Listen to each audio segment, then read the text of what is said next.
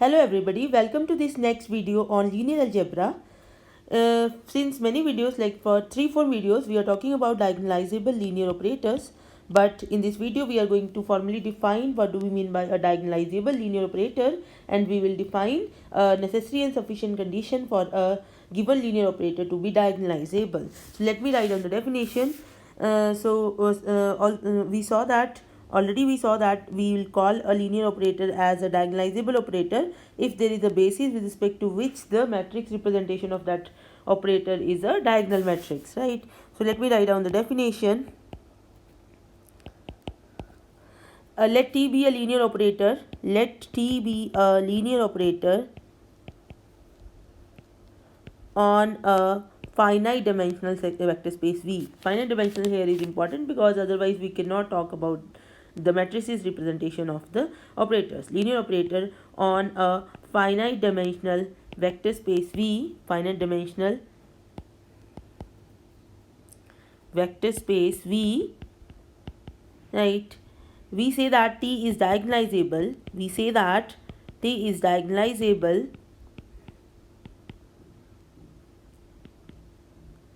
if there is a basis for V, if there is a basis for V, there is a basis for V, each vector of which, we can write it like this, basis for V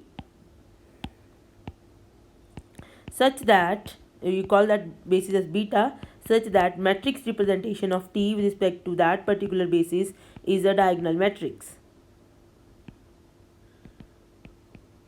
Right? Now, we give you a necessary and sufficient condition for a matrix to be diagonalizable. Necessary and sufficient condition for a matrix to be diagonalizable, condition for a matrix or matrix, sorry, I should not say matrix because we are talking about linear operator. For a linear operator to be diagonalizable,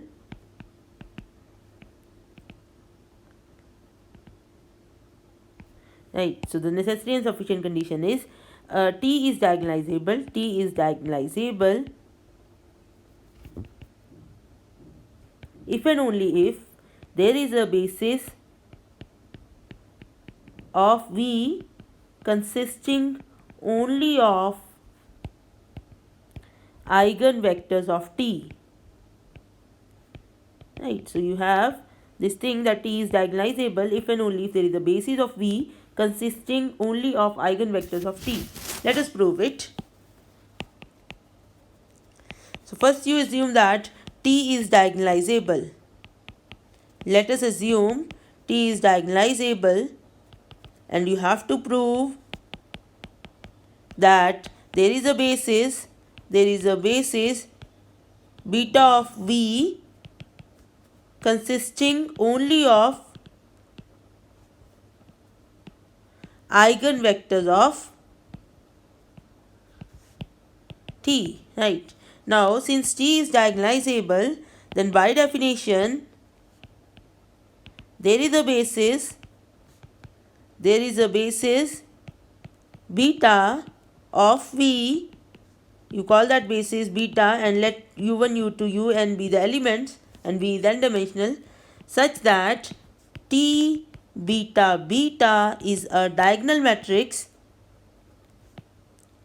and you assume that diagonal matrix be C1, C2, Cn, zeros here and zeros here, right? Okay, now what do you mean by that T beta beta is this? Then by definition, T of u1 will be first column of this matrix into u1, u2, un. So that is C1 u1 plus 0 u2 plus 0 u3 and so on 0 un, because in this first column there is only one non-zero element, that is C1, all other entries are 0. And similarly T of u2, this is the definition of T beta beta, right? That will be 0 u1 plus C2 u2 plus 0 u3 plus so on 0 un. Similarly, T of u3 will be 0 u1 plus 0 u2 plus C3 u3 plus so on 0 un, and so on. T of un will be 0 u1 plus 0 u2 plus so on cn un. So you get t of u1 is c1 u1, t of u2 is c2 u2, t of u3 is c3 u3, and so on. T of un is cn un.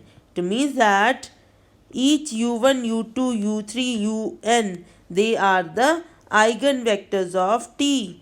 Each u1, u2, un are eigenvectors of T. And note that there is a condition that eigenvectors should be non-zero. And since how we are sure that these are non-zero? Note that since u1, u2, un is a basis for V, so no u1, u2, un is 0 vector, because if any vector is 0 vector, that set is linearly dependent always. Any set containing 0 vector is going to be a linearly dependent set, right? So it means that this basis beta u1, u2, un is consisting of eigenvectors of T, right? Now conversely, suppose there is a basis beta, right, u1, u2, un of V consisting only of eigenvectors of T, right? Now to prove T is diagonalizable, so we'll prove that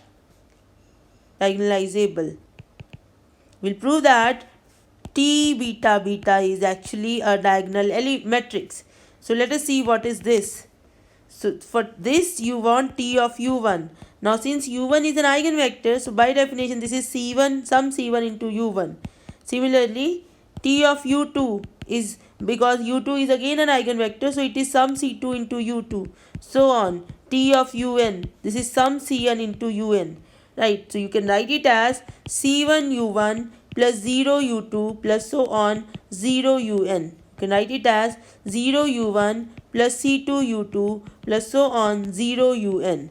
You can write it as 0 u1 plus 0 u2 plus so on plus cn un. So the matrix T beta beta, this will be the first column of that matrix. This is going to be the second column of the matrix.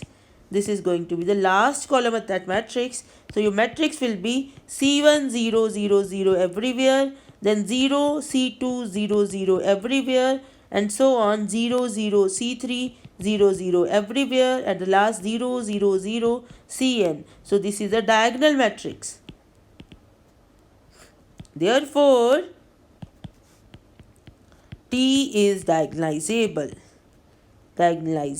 So in this video, we proved that a given linear operator is diagonalizable if and only if there is a basis of the vector space consisting only of the eigenvectors of the linear operator. So let us see this example. So you have a linear operator from R2 to R2, which is defined by T of minus T of x comma y is minus yx, and you are asked check if it is a diagonalizable operator or not. Right here, so you have to find out if you find out two eigenvectors, because the dimension of T is, note here, although in the next video I'll give you an algorithm, here you note that since dimension of R2 is 2, therefore if you get two linearly independent eigenvectors, then it means that you get a basis of eigenvectors of T, then it is diagonalizable. otherwise not, otherwise not. So let us see what happens in this case. I already told you that how to find out eigenvalues and eigenvectors of an operator. For that you need to write down the matrix of T with respect to any basis, and we generally write it with respect to standard basis. So for that, standard basis here is E1 which is 1 0 and E2 which is 0 1. So you write T of E1, that is T of 1 0, that will be minus 0 comma 1, right? So you can write it as 0 into E1 plus 1 into E2. Similarly, T of E2 will be T of 0 1, that will be minus 1 comma 0. So that is minus E1 plus 0 E2. Therefore, the matrix of T with respect to standard basis is, this is the first column 0 1 and this is the second column minus 1 0. So this is your matrix A. So eigenvalues of T will be given by determinant of A minus lambda I equal to 0. So you have minus lambda minus 1, and here you have 1 minus lambda equal to 0. So you have lambda square plus 1 equal to 0. So now because you are talking about R2, it is a vector space over R. So it means that no eigenvalues, no real eigenvalues. When there are no eigenvalues, then obviously there cannot be eigenvectors corresponding to any eigenvalue. Therefore, no eigenvectors. So you don't get two eigenvectors which are linearly independent. Therefore, it is not diagonalizable. It is not diagonalizable. Right?